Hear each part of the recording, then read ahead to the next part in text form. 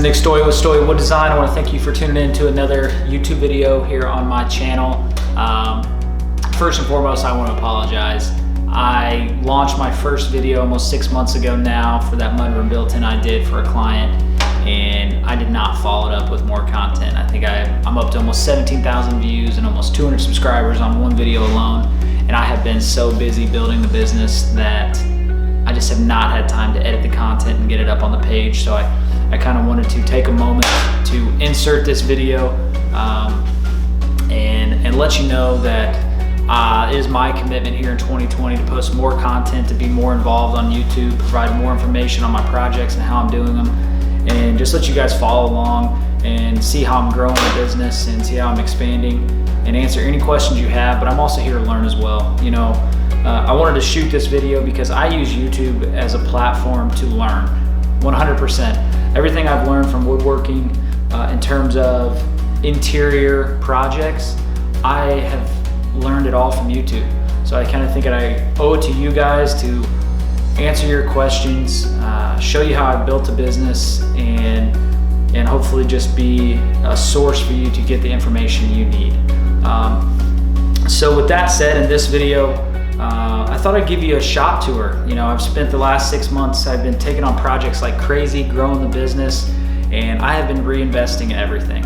A little bit about me. So I work for a software company during the day, and my nights and weekends I am out here in the garage, in the shop, taking on projects for customers around the Indianapolis area, and I am reinvesting everything. Everything that I make goes back into my shop, and I hope you see that.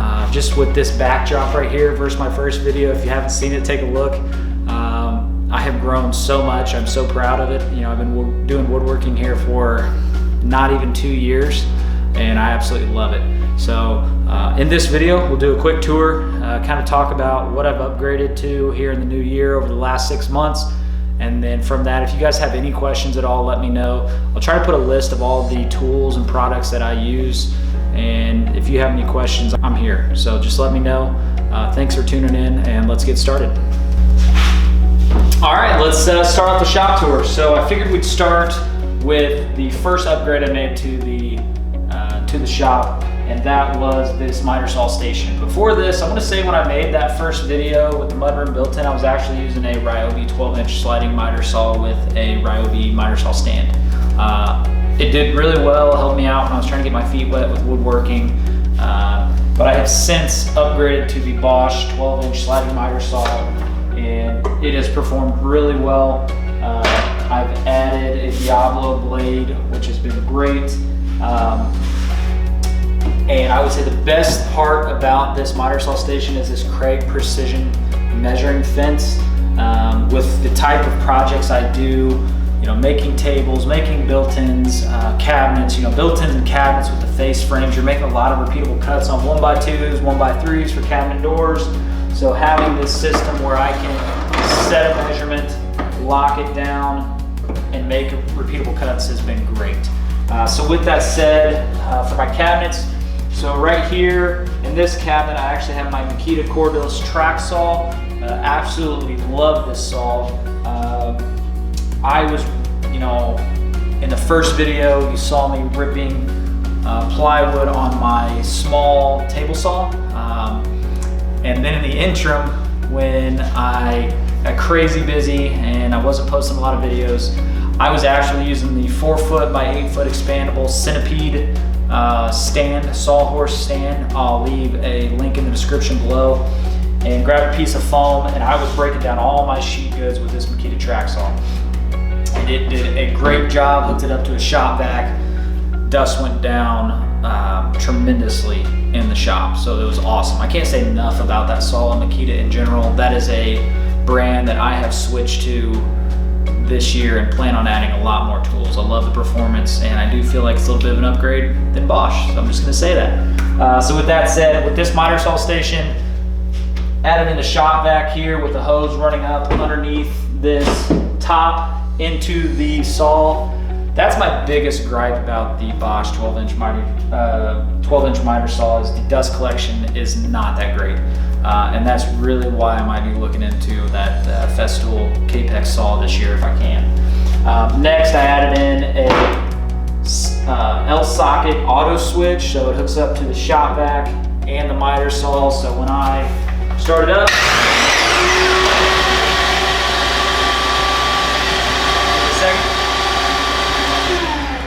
my shop vac kicks on. So that does help with the dust. But as I said, this miter saw is not the greatest in terms of managing the dust in a shop, especially a small shop. So that is something I'm going to look into. So with that said, we'll move on over to the really the heart of where I keep all my tools. All right, so we'll move over into this corner of the shop, and I would say this holds and houses and stores 95% of all the tools that I use and that I own.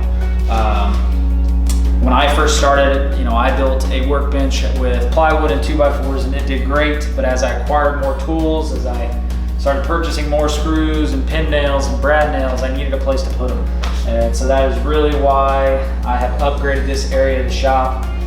Before this workbench, we'll just work our way over. Before this workbench, I actually had some lockers that I grabbed from my work that they were getting rid of. So I had about 12 lockers here, old middle school lockers, and I put some 3/4 inch plywood on top of them. They were right in line with my miter saw station, so it worked out really well, but I couldn't store anything in there.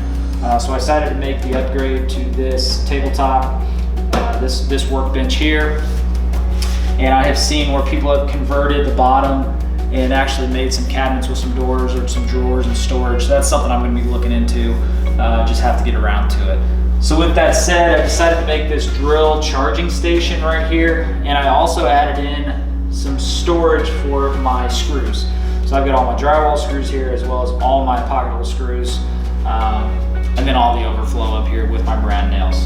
So this helps out a lot, just helps keep me organized. I used to store them in a cabinet, and I spent way too much time trying to find them. So just buying an organizer like this and labeling them has helped me out a lot. Next, as I mentioned, been upgraded to a lot of Makita tools this year. Jigsaw, impact driver, drill, and then the track saw. So I plan on adding more. I've got my charging station for my Makita, my Bosch, and my Ryobi. I've got a Ryobi brad nailer and a pin nailer. That's what I use primarily right now. But I will say I've got my eye on the Makita brad nailer and pin nailer. I actually like both of these. The pin nailer has been great. I would recommend that for anybody that's hanging trim.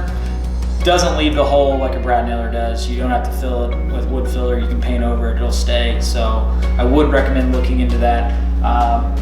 Every now and then, I will say the brad nailer from the Ryobi, I don't get a full set of the pin, or the brad, excuse me.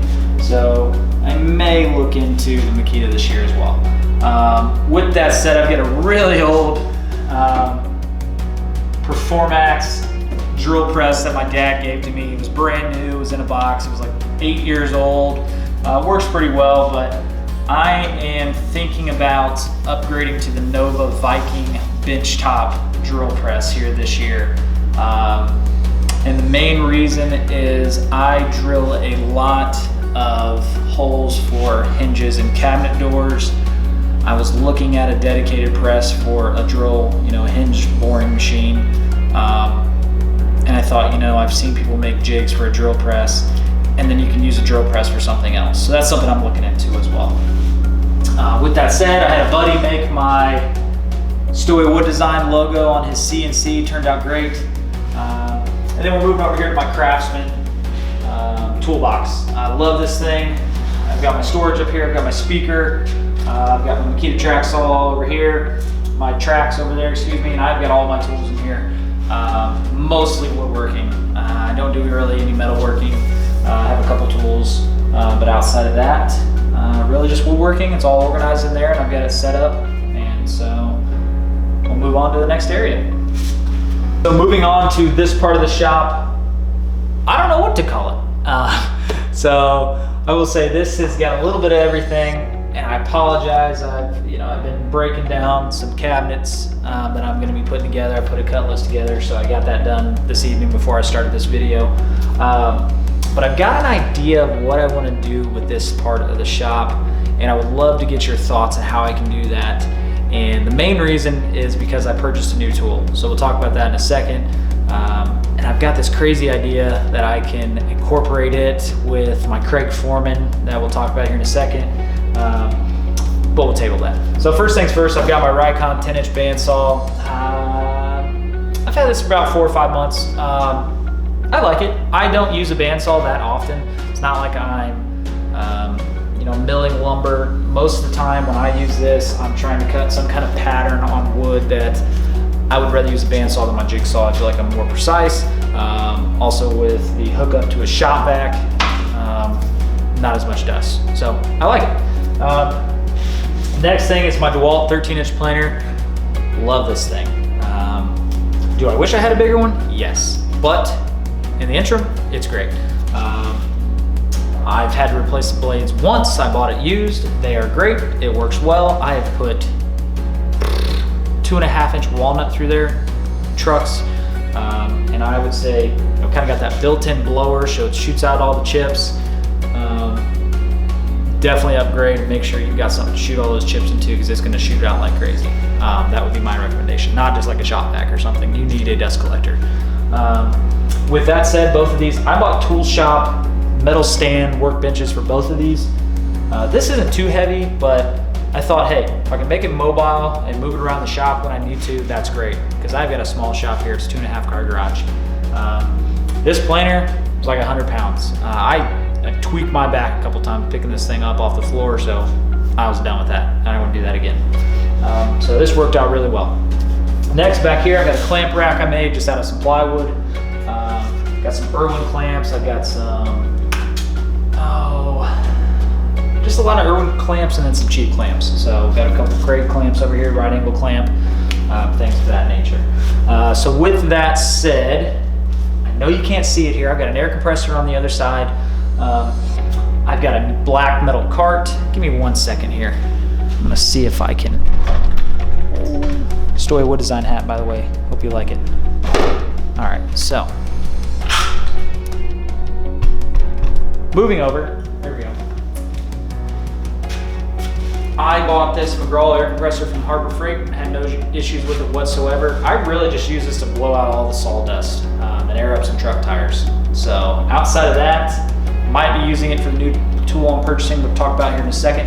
But I want to thank you, Craig, for creating Craig Foreman, for making my life so much more efficient when it comes to built-ins, cabinets, really anything that I need to make a whole bunch of pocket holes. This thing has saved my life in terms of no mess, hook it up to a shop vac, and I can drill holes like crazy on that. I think with built-ins, I'd probably drill around 1,000 pocket holes. I was using that Craig clamp, and it did the job. It took forever. So thank you, Craig. I would say, guys, if you've thought about buying this tool and you're like, I don't know if I should, it's a little bit, $300-400, it's worth it, 100%. It takes hours of work into minutes, not even kidding you. So with that said, I've got a black cart here that I keep my paint, my stain in, and I want to talk about the new tool that I'm going to be purchasing. So it should be getting here next Monday. It's going to help me out with these cabinets as well as the 3 built-in projects that I'm going to be doing. And that is a 13 spindle line boring machine.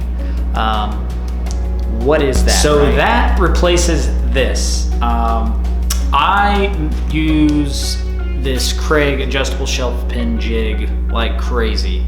I have put thousands of shelf pins, adjustable shelf holes, pins, you name it, into my built-ins, my cabinets over the past 1.5 years, and I have finally upgraded. So all my built-ins and the lowers are gonna have one adjustable shelf, a whole row of shelf pin holes. Up on the top, I have got 3 adjustable shelves typically per built-in section. I've got about 12 shelves per built-in on average. Each shelf gets all of these. I did some quick math. The built-in job that I'm about to start, I have to drill 832 pins, holes. And this 13 spindle line boring machine is gonna make my life so much easier. I will definitely do a video once I get it in. With that said though, it's gonna come on a cart similar to the 13-inch planer and the bandsaw. Runs on compressed air. It's gonna have a foot pedal, and it comes with its own stand and all that stuff, but it also comes with a fence system that lets you go out to like 8 foot so you can set stops so you know where you want to put the holes. I think that's a great video to review. With that said, if you have any questions about these tools and you want a video, let me know and I will do a video specifically on that tool. Happy to help.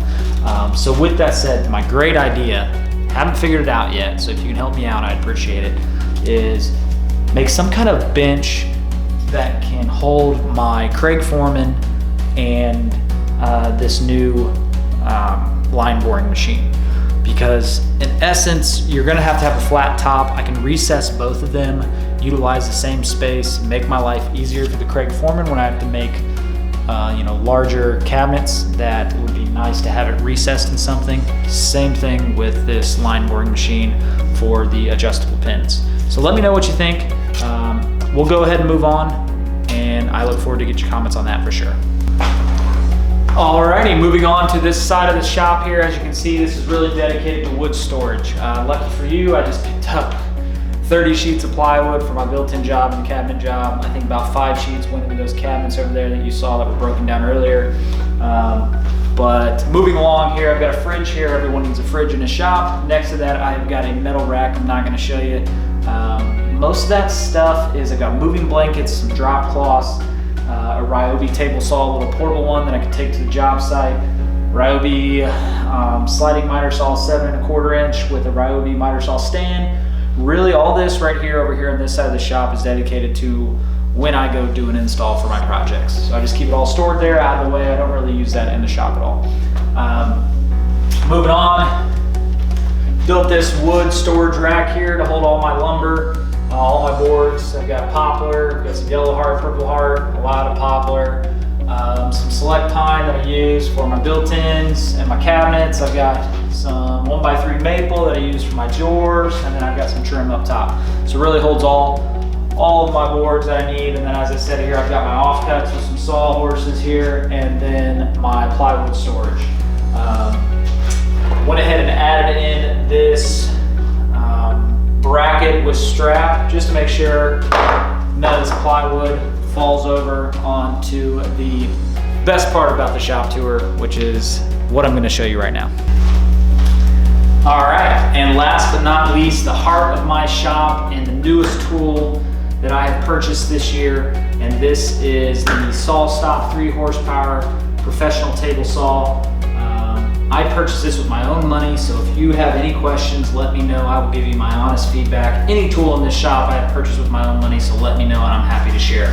Talk a little bit about the features here. Sorry it's dusty, I was using it to break down those sheet goods over there. I've got the SawStop crosscut sled. This piece alone right here replaced my Makita track saw, so I can now process 4 foot by 8 foot sheets of plywood on this table saw, which has really improved my efficiency and how productive I can be.